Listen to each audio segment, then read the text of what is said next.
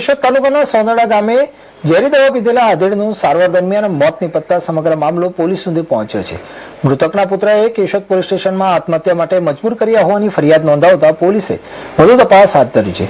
મૃતક પ્રવીણભાઈ વાછાણી છેલ્લા 32 વર્ષથી સુરત સ્થિત કિરણ જેમ્સ કંપનીમાં મેનેજર તરીકે ફરજ બજાવતા હતા। એક ફરિયાદ મુજબ છેલ્લા કેટલાક સમયથી કંપનીના સંચાલક દ્વારા ડાયમંડ પાવડરની કથિત ચોરીના મુદ્દે તેમના પર માનસિક દબાણ અને હેરાનગતિ કરવામાં આવતી હતી।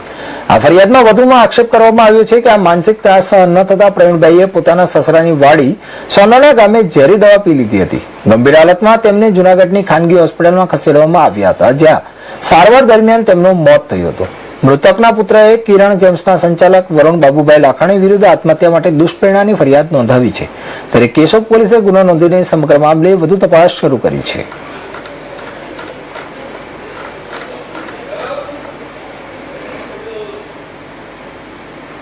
મારું નામ પ્રિન્સ પ્રવીણભાઈ વાછાણી। મારા ફાધર પ્રવીણભાઈ કાનજીભાઈ વાછાણી છેલ્લા 32 વર્ષથી કિરણ જેમ્સ પ્રાઇવેટ લિમિટેડ કંપનીની નામથી કિરણ જેમ્સ પ્રાઇવેટ લિમિટેડ કંપનીમાં કામ કરતા હતા। એમના ઓનર દ્વારા એમને ચોરીનો ખોટો આક્ષેપ નાખેલ હતો, જેથી છેલ્લા 10 દિવસથી મારા ફાધર ડિપ્રેશનમાં હતા અને એમને ત્યાં વસરામભાઈ નાવડિયા કરીને ત્યાં એમ્પ્લોય છે, એમના થ્રુ વરુણભાઈ એમને કહેતા હતા અને એમને ફોન કરીને આ રીતના ટોર્ચરિંગ કરતા હતા, જેથી મારા ફાધરે અત્યારે આપઘાત કરી લીધો છે દવા પીને, અને મને ન્યાય જોઈએ છે। હું ન્યાયની માંગ માગું છું।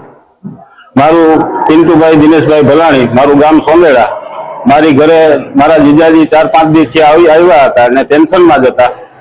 તો મેં પૂછ્યું કે આવી રીતના કોના ફોન આવે ને શું ટેન્શનમાં છો?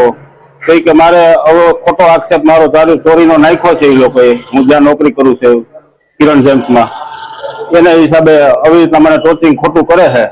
તો ટેન્શનમાં હતા તો અમે ભેગા જ રહેતા હતા, પણ કુદરતી રીતે એને અમે લીંબુડા ગયા અને વચારે એને ફોન આવ્યો બેસણામાં કે ભાઈ વસરામભાઈ નો કે ભાઈ તું આવી જા, તને તારું કઈ ઘટતું નથી, તારું એકાઉન્ટ કમ્પ્લીટ છે, તારો એકાઉન્ટ વાળો માણસ બે ડેટા કમ્પ્લીટ કરી દીધા છે, કઈ ઘટતું નથી એવું કહે છે। છતાંય બીજે દી એ જવા તૈયાર હતા, તો એને એવું પગલું મારી વાડીએ જઈ 4 વાગે અને એવું પગલું ભરી લીધું, દવા પી લીધી એને અને સુસાઇડ કરી લીધું। પછી મને ફોન કર્યો કે ભાઈ મેં એવું કર્યું છે, તું આવી, મારી ભૂલ થઈ ગઈ છે। એટલે હું તરત ગયો અને ગાડીમાં નાખી રઘુવંશી હોસ્પિટલમાં કેશોદ દાખલ કર્યા, ત્યાંથી રિફર કરીને જુનાગઢ લઈ આવ્યો ફળદુ સાહેબ ને। મને હા એક્સપાયર થઈ ગયા છે અત્યારે, અને એ કેટલી હૃદય દુખી થયા છે। 3-4 દિવસથી અમે અહીંયા છીએ કે કોઈ સીમા નહીં, અને છેલ્લે એને એવું કીધું કે ભાઈ માણસ થી જ હું આપઘાત કરું છું, બાકી કોઈ બીજું મારે કોઈ કારણ નથી।